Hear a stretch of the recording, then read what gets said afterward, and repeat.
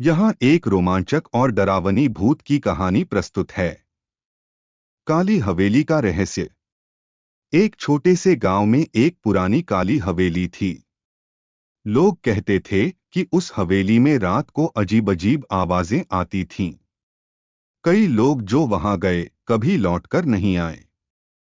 गांव वालों ने उस जगह को भूतों का डेरा नाम दे दिया था। एक दिन अर्जुन नाम का एक बहादुर युवक गांव में आया। वह इन कहानियों पर विश्वास नहीं करता था। उसने गांव वालों से पूछा, अगर कोई भूत है तो मैं उसे देखूंगा और तुम्हारी इस अफवाह को खत्म करूंगा। गांव वालों ने उसे चेतावनी दी, पर अर्जुन ने उनकी बात नहीं मानी।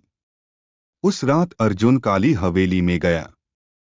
हवेली के अंदर अजीब ठंडक थी।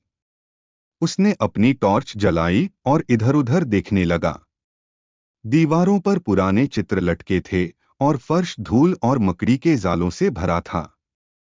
अचानक उसे किसी के चलने की आवाज सुनाई दी। उसने मुड़कर देखा, पर वहां कोई नहीं था। जैसे ही वह मुख्य हॉल में पहुंचा, उसने एक सफेद साड़ी में एक महिला को देखा। उसके लंबे बाल और चमकती लाल आंखें थीं। वह हवा में तैर रही थी। अर्जुन ने डर को छुपाने की कोशिश की और पूछा, तुम कौन हो? महिला की आवाज गूंजती हुई आई, मैं इस हवेली की रानी हूं। मेरे पति ने मुझे धोखा दिया और मुझे मार डाला। तब से मेरी आत्मा यहाँ कैद है। हर रात मैं अपने बदले की आग में जलती हूँ। अर्जुन ने हिम्मत जुटाकर कहा, तुम्हारी आत्मा को शांति चाहिए। मैं तुम्हारी मदद करूंगा। महिला ने अर्जुन को एक पुराना बक्सा दिखाया, जिसमें उसकी मौत का राज छुपा था।